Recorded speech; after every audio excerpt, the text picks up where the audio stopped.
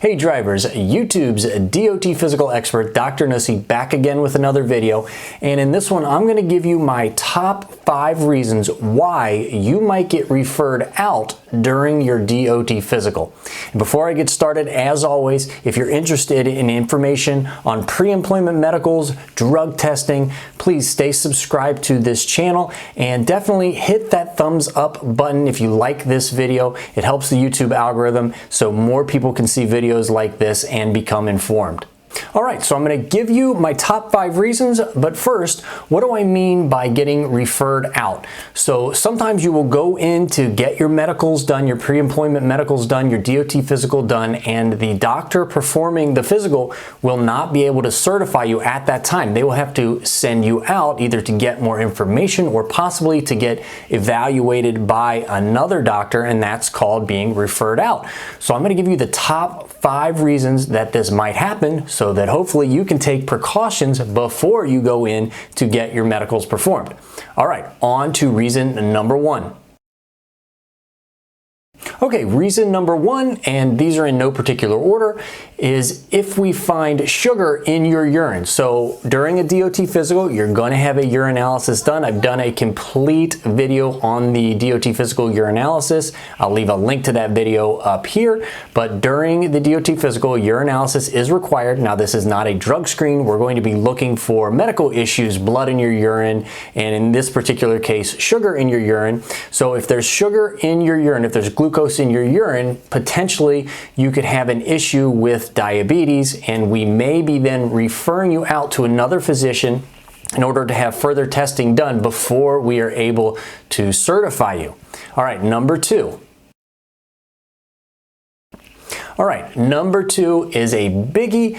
It is referring a driver out for a sleep apnea study. Now, this is 100% under the discretion of the doctor performing the DOT physical. The FMCSA does give some guidance, but there is no exact standard on when a doctor should refer out for a sleep study. Certainly there are, again, certain parameters that the FMCSA gives, like neck size and BMI, so you might hear the doctor that you're getting your DOT physical done reference those 2 things.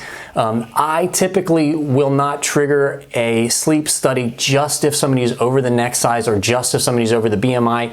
I will if there are other comorbidities going on as well. So again, it's up to the doctor's discretion, but that is another big one that you will see where you will be referred out to get this study done before you can complete your DOT physical. All right, number 3. All right, number 3, I do see occasionally it's called referring out to an orthopedic specialist for a skill performance evaluation. So basically, if you are missing a limb, if you're an amputee or you can't use one of your limbs fully, 100%, we may send you for what's called a skill performance evaluation done by a specialist, an orthopedic specialist typically, and you will need to have this skill performance evaluation completed, again, before we can complete your DOT physical. All right, on to number 4.